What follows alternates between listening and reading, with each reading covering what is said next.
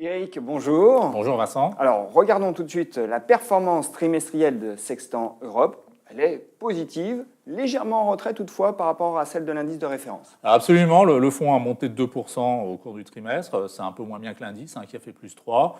Bon, ceci dit, si on se place dans une perspective un peu plus long terme, depuis le début de l'année, nous sommes en hausse de 14% contre 10% pour l'indice. Bon, la performance reste solide ce trimestre, quoi qu'il en soit. Cela dit, il s'est passé beaucoup de choses au sein du portefeuille avec des variations importantes à la baisse et à la hausse. Alors, on commence par ce qui a moins bien marché. Alors, parmi ce qui a moins bien marché, on a notre exposition aux valeurs Internet, Criteo qui a baissé de 15% sur le trimestre, Zooplus aussi une baisse du même ordre, on a eu un news flow qui n'était pas très bon dans les deux cas. On a eu aussi EasyJet qui a baissé de 10% au cours du trimestre. Alors j'aimerais qu'on s'attarde sur EasyJet parce que c'est une valeur que vous détenez depuis 2 ans, si je ne m'abuse. Absolument. Et c'est une valeur dans laquelle vous continuez à croire. Absolument. Alors, on était exposé à EasyJet avant le Brexit. On a bien renforcé au moment du Brexit.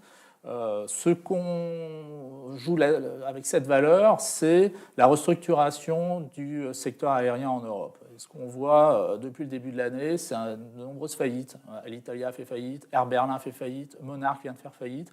Donc, des choses qui vont bénéficier aux acteurs les plus forts, dont EasyJet fait clairement partie. Donc, il faut rester patient et serein. Absolument, c'est un petit peu une partie d'échec qu'on est en train de jouer. Bon, il y a des titres qui ont baissé, mais il y en a d'autres qui ont bien monté, et notamment la première position au sein du fonds. Alors oui, Sixt, qui a progressé de 19% au cours du trimestre.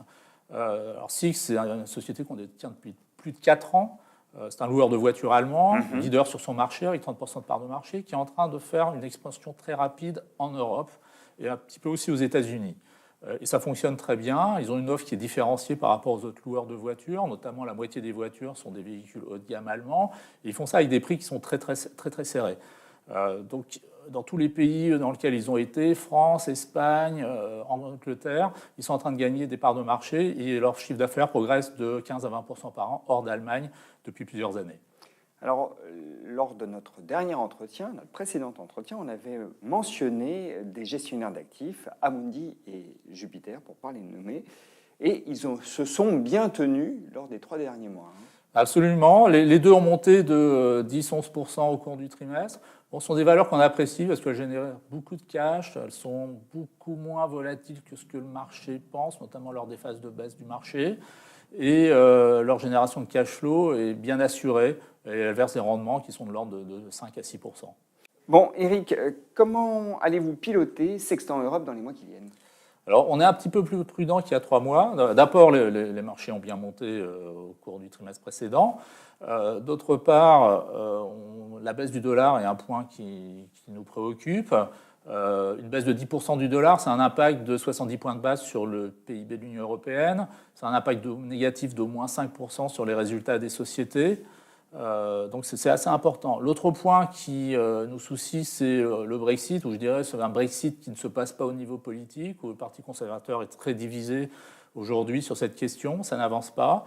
On commence à avoir des profit warnings assez importants au Royaume-Uni, et je pense que dans l'univers des mid and large cap, on n'est pas au bout de ces profit warnings. Donc je dirais que de façon tactique, on est assez peu exposé au Royaume-Uni actuellement, avec une exposition de 11%, contre un indice qui est à peu près à 30% exposé aux valeurs britanniques. Mais c'est un marché que vous allez tout de même continuer à surveiller parce que des opportunités s'y présenteront ou pas ? Je pense que des opportunités vont se présenter, parce qu'il va y avoir on commence à avoir des profit warnings, on en verra d'autres, et que les réactions de la bourse au Royaume-Uni sont parfois extrêmement violentes.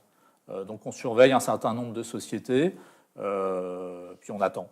Donc plus de prudence ? Plus de prudence. Ça veut dire un recentrage vers l'Europe continentale ? Alors c'est un recentrage sur l'Europe continentale, et puis c'est aussi pour l'instant un peu plus de cash que d'habitude, puisqu'on est quasiment à 10% de cash dans le portefeuille. Eric, merci. Merci Vincent.